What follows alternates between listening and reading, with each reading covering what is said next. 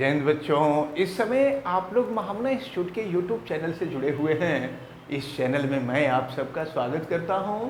आज हम लोग class 11th physics Hindi medium NCERT book के 7th चैप्टर कणों के निकाय तथा घूर्णी गति यानी system of particles and rotatory motion के अंतर्गत आज हम महत्वपूर्ण परिभाषाओं को पढ़ेंगे, जिसमें सबसे पहले हम एक समान वृत्तीय गति पढ़ेंगे, कोणीय विस्थापन पढ़ेंगे और फिर इसके बाद हम लोग रेखीय त्वरण और कोणीय त्वरण में संबंध, रेखीय वेग और कोणीय वेग में संबंध, तो ढेर सारे डेरिवेशंस को आज हम लोगों को देखना है। तो सबसे पहले हम आपको एक समान वृत्तीय गति के बारे में बताने जा रहे हैं।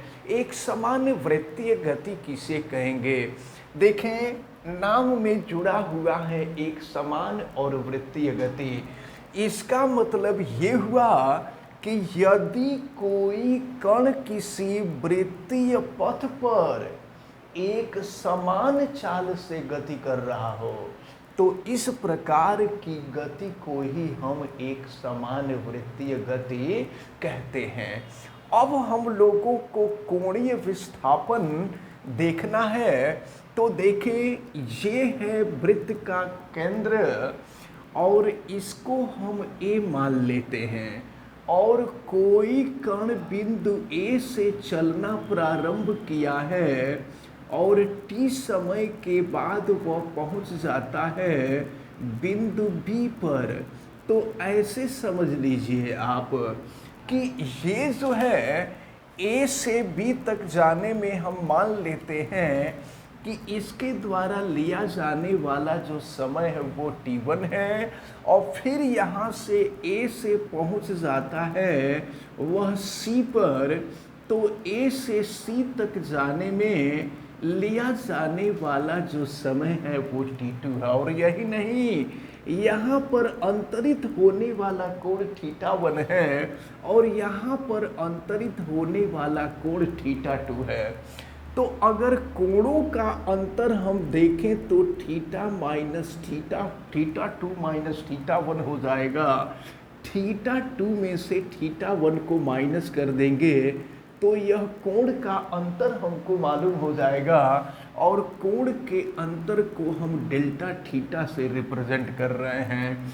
और देखें, अगर ये वृत्त की त्रिज्या है, वृत्त की त्रिज्या की अगर कोई दिशा निश्चित हो तो इसको हम त्रिज्य सदिश कहते हैं।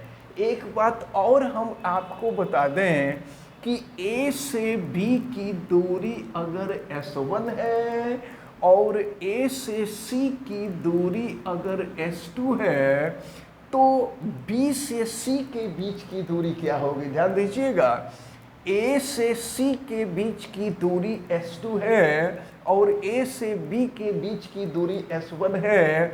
हमको BC निकालना है तो इस पूरी दूरी में से इस दूरी को माइनस कर देंगे तो BC दूरी निकल जाएगी। तो BC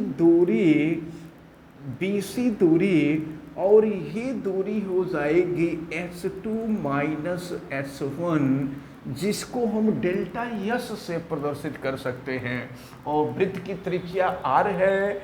तो अब हम लोग सबसे पहले कोणीय विस्थापन के बारे में समझें कि कोणीय विस्थापन की डिफिनेशन क्या होगी। देखें, एक समान वृत्तीय गति करते हुए कण के त्रिज्य सदिश के द्वारा प्रारंभिक स्थिति से जो विस्थापन होता है उसे ही हम कोणीय विस्थापन कहते हैं। कोणीय विस्थापन को डेल्टा थीटा से प्रदर्शित किया जाता है। आप पढ़े होंगे त्रिकोणमिति में कि कोण बराबर चाप बटा त्रिज्या होता है।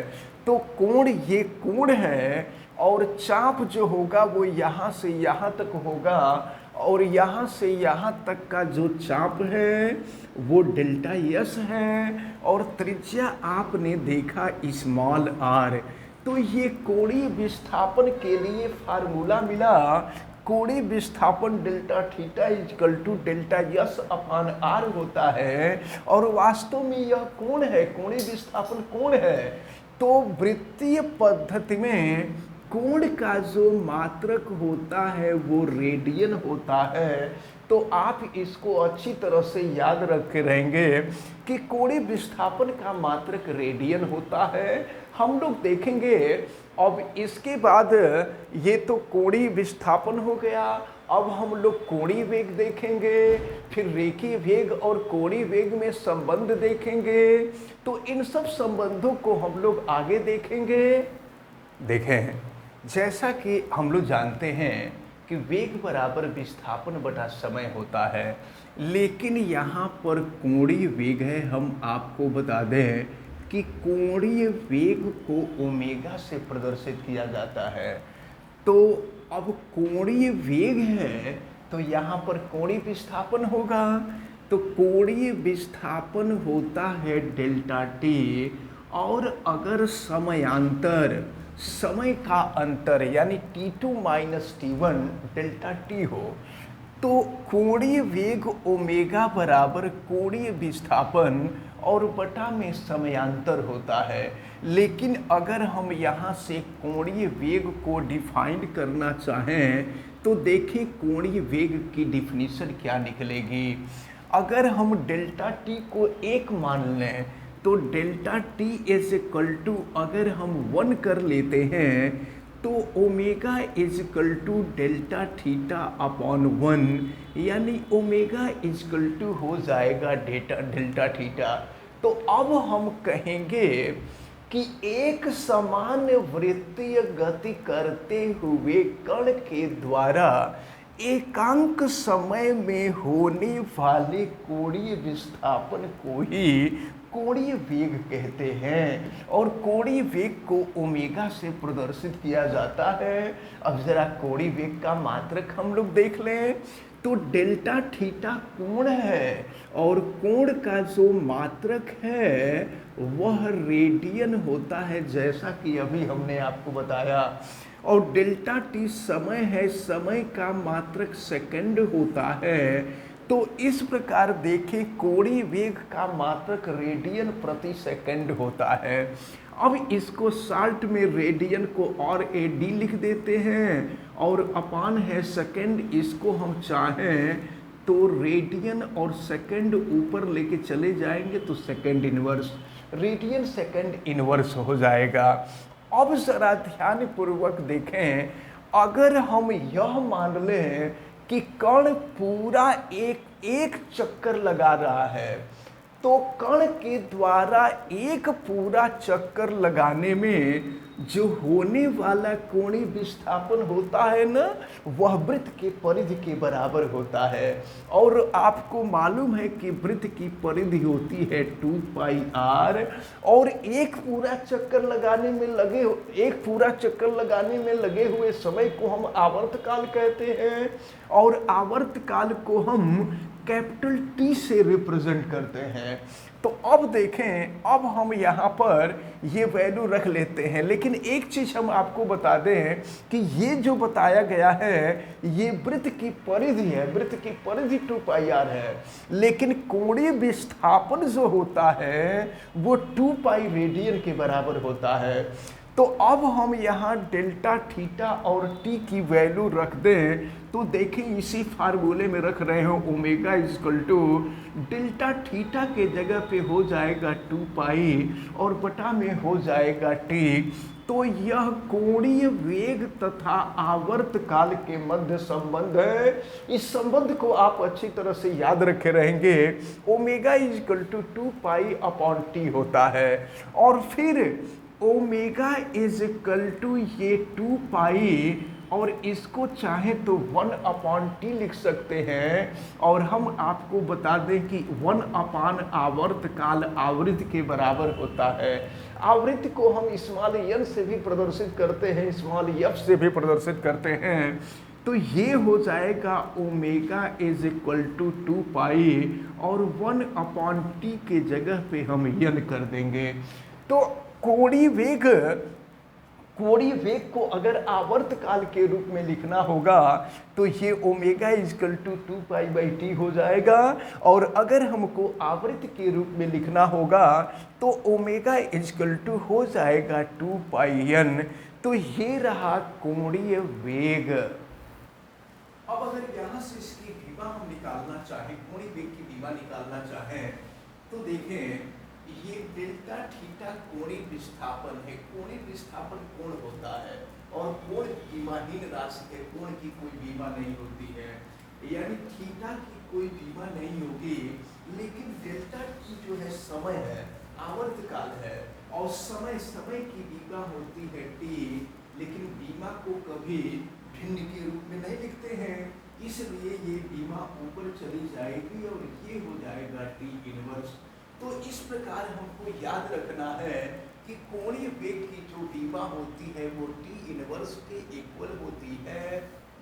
अब हम लोग रेखीय वेग को देखेंगे, तो देखिए रेखीय वेग को भी से प्रदर्शित करते हैं, और रेखीय वेग बराबर रेखीय विस्थापन बटा में समय होता है। तो रेखीय विस्थापन यानी S2 और S1 के बीच की जो दूरी है वही रेखीय विस्थापन होगा। तो ये हो जाएगा डेल्टा S और बटा में हो जाएगा डेल्टा T। तो रेखीय वेग बराबर रेखीय विस्थापन बटा में समयांतर होता है। और अगर इसको भी हम डिफाइन करना चाहें तो देखें डेल्टा T को यहाँ पर हम 1 सेकेंड मान लें तो v इजिकल टू हो जाएगा डेल्टा S अपॉन 1, यानी डेल्टा S हो जाएगा। इसका मतलब ये हुआ कि रेखीय गति करते हुए किसी कण के द्वारा एकांक समय में होने वाले रेखीय विस्थापन को ही उस कण का रेखीय वेग कहते हैं। रेखीय वेग को v से प्रदर्शित किया जाता है। और यहाँ से अगर मात्रक देखें तो डेल्टा S दूरी है, दूरी का मात्रक मीटर होता है। डेल्टा S विस्थापन है, विस्थापन दूरी होती है, और दूरी लंबाई होती है, लंबाई का मात्रक मीटर होता है। और डेल्टा T समय है, समय का मात्रक सेकंड, यानी मीटर प्रति सेकंड हो गया। तो अब हम इसको चाहें तो मीटर सेकंड इनवर्स भी लिख सकते हैं। अब इसकी बीमा हम निकाल लें तो डेल्टा S विस्थापन है, विस्थापन लंबाई होती है, लंबाई की बीमा कैपिटल L, डेल्टा T समय होता है, समय की बीमा कैपिटल T। अब ये ऊपर चला जाएगा तो ये हो जाएगा NT इनवर्स। तो ये रेखीय वेग है, और इस रेखीय वेग को भी आप अच्छी तरह से तैयार किए रहेंगे। अब हम लोग कोणीय वेग तथा रेखीय वेग में संबंध देखेंगे। जैसा कि हम लोग जानते हैं कोणीय विस्थापन delta theta is equal to delta S upon R होता है। अगर दोनों पक्षों को हम डेल्टा T से डिवाइड करें तो देखिए क्या हो जाएगा, ये हो जाएगा delta theta by delta T is equal to 1 upon R को हम अलग करते हैं और ये delta S upon delta T हो जाएगा। अभी आपने देखा है कि delta theta upon delta T कोणीय वेग होता है, और फिर आपने ये भी देखा है कि delta S upon delta T equal to रेखीय वेग होता है। तो ये भी आप अपने दिमाग में रखे रहिएगा कि कोणीय वेग को ओमेगा से प्रदर्शित करते हैं और रेखीय वेग को v से प्रदर्शित करते हैं। अब हम यहाँ delta theta upon delta T के जगह पे ओमेगा लिखते हैं, 1 अपॉन R, और delta S upon delta T के जगह पे v कर देंगे। अब इसका क्रॉस मल्टीप्लिकेशन कर देंगे तो R omega is equal to v, यानी v इज इक्वल टू हो जाएगा R ओमेगा। तो याद रखे रहेंगे आप लोग, यह रेखीय वेग और कोणीय वेग के मध्य संबंध है।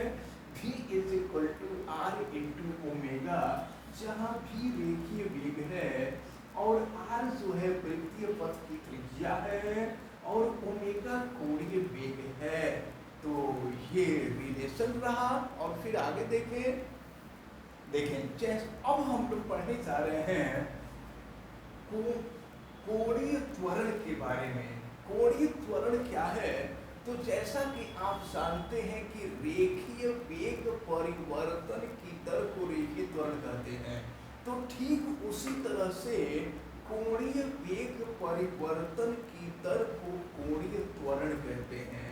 अगर कोणीय वेग में होने वाला परिवर्तन डेल्टा ओमेगा हो और समय डेल्टा टी हो, तो ये कोणीय वेग परिवर्तन की दर है। जब समय से भाग देते हैं तो इसको दर कहते हैं। तो यह कोणीय वेग परिवर्तन की दर है और इसे ही कोणीय त्वरण कहते हैं और कोणीय त्वरण को हम अल्फा से प्रदर्शित करते हैं। तो अल्फा बराबर हो जाएगा delta omega upon delta T. एक चीज और हम आपको बता दें, अगर यहाँ से हम लोग मात्रक निकालना चाहें तो मात्रक निकाल लीजिए। डेल्टा ओमेगा कोणीय वेग है और कोणीय वेग का मात्रक आपने देखा अभी कि रेडियन पर सेकेंड होता है और डेल्टा टी समय है तो समय का मात्रक भी सेकेंड होता है, यानी ये हो जाएगा रेडियन प्रति सेकेंड स्क्वायर। तो कोणीय त्वरण का मात्रक रेडियन प्रति सेकेंड स्क्वायर होता है, इसको आप याद रखे रहिएगा। अच्छा, आपको मालूम है कि v बराबर होता है r इंटू ओमेगा और अभी हमने इसका डेरिवेशन किया है। अब अगर यहाँ से ओमेगा की वैल्यू निकालें तो v अपान r हो जाएगा। हम ओमेगा के जगह पे रख देते हैं v अपान r, तो alpha is equal to delta omega के जगह पे हम कर देते हैं v अपान r नीचे डेल्टा t। तो अब जरा ध्यान पूर्वक देखें अल्फा इक्वल टू, और एक चीज देखिए r वृत्ताकार मान की त्रिज्या है और त्रिज्या हमेशा कांस्टेंट होती है, त्रिज्या में कभी परिवर्तन नहीं होता है, तो इसलिए त्रिज्या को हम बाहर कर देंगे। अब बच जाएगा डेल्टा v और नीचे हो जाएगा डेल्टा टी। तो फिर alpha is equal to 1/r और देखें डेल्टा v रेखीय वेग में होने वाला परिवर्तन है और डेल्टा टी दर है, तो यह रेखीय वेग परिवर्तन की दर हो जाएगा डेल्टा v बटा में डेल्टा टी। तो रेखीय वेग परिवर्तन की दर को रेखीय त्वरण कहते हैं और रेखीय त्वरण को a से प्रदर्शित किया जाता है। तो अब हम डेल्टा v बटा डेल्टा t की जगह पे a कर सकते हैं और अगर इसका क्रॉस मल्टीप्लिकेशन कर दें तो a equal to r into alpha हो जाएगा। तो यह रेखीय त्वरण और कोणीय त्वरण, a रेखीय त्वरण है और अल्फा कोणीय त्वरण है, ये रेखीय त्वरण और कोणीय त्वरण के मध्य संबंध रहा। तो इस प्रकार हमें उम्मीद है कि आज जितनी भी बातें आपको बताई गई हैं ये सारी बातें आपको बहुत अच्छी तरह से समझ में आई होंगी। आप वीडियो को लाइक जरूर कीजिएगा और अगर चैनल पे नए हैं तो चैनल को सब्सक्राइब भी करें, आप बेल आइकन को भी प्रेस करें और वीडियो को मैक्सिमम स्टूडेंट तक शेयर करें ताकि अधिक से अधिक स्टूडेंट इन सब इम्पोर्टेंट चीज़ों को समझ सकें। बेल आइकन को भी आप प्रेस कीजिए और वीडियो को मैक्सिमम स्टूडेंट तक शेयर करें। आप सभी लोगों का बहुत बहुत धन्यवाद। जय हिंद।